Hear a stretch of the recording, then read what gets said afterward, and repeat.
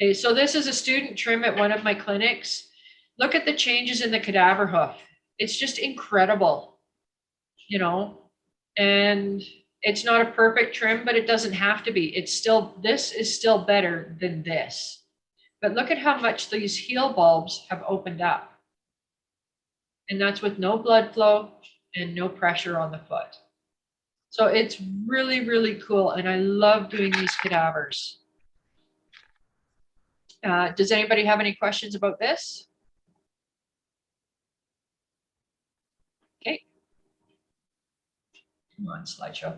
So this was a half trim that I did on a cadaver foot, probably a couple of years or so ago. And then I soaked it in water in a bucket with some unpasteurized vinegar and tea tree oil to help keep the smell down. And then a month later, I went back and I could just pull the hoof capsule off without doing any damage to the internal structure. And if I remember, we're leaving in a couple of days for a vacation. So if I remember before I leave, I need to soak a cadaver because I want to show you guys the internal structure. It's super cool. But you can see this is a side that I trimmed. And look at how much larger it is on this side than it is on this side. So imagine what's in this space, cramming it into this space. And that's where we start seeing damage to the coffin bone because it does not have the room that it needs internally. Okay. Questions? Okay.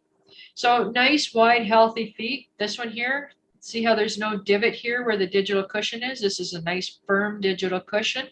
The hairline is straight across, and you could easily put 2 fingers in this area because the heel bulbs are here and here, and 2 fingers in there. And same with this, 2 fingers in here. This heel takes up the whole back of the foot. This was a pre-trim, so it was before I touched it, and it still had a nice foot, but it's got a nice short toe, and the heels need to be brought back here because they're growing a little bit forward, which is probably why I was trimming it. But it's still a healthy foot. It just needs some tweaking to help it out a little bit. And once you bring these heels back to where they're supposed to be and put this bar back in place, then this will change again back here. It's just really interesting. It's not always the huge changes that in the trim that make the huge changes in the heel. It's even minor adjustments and everything changes. And it's just really, really interesting.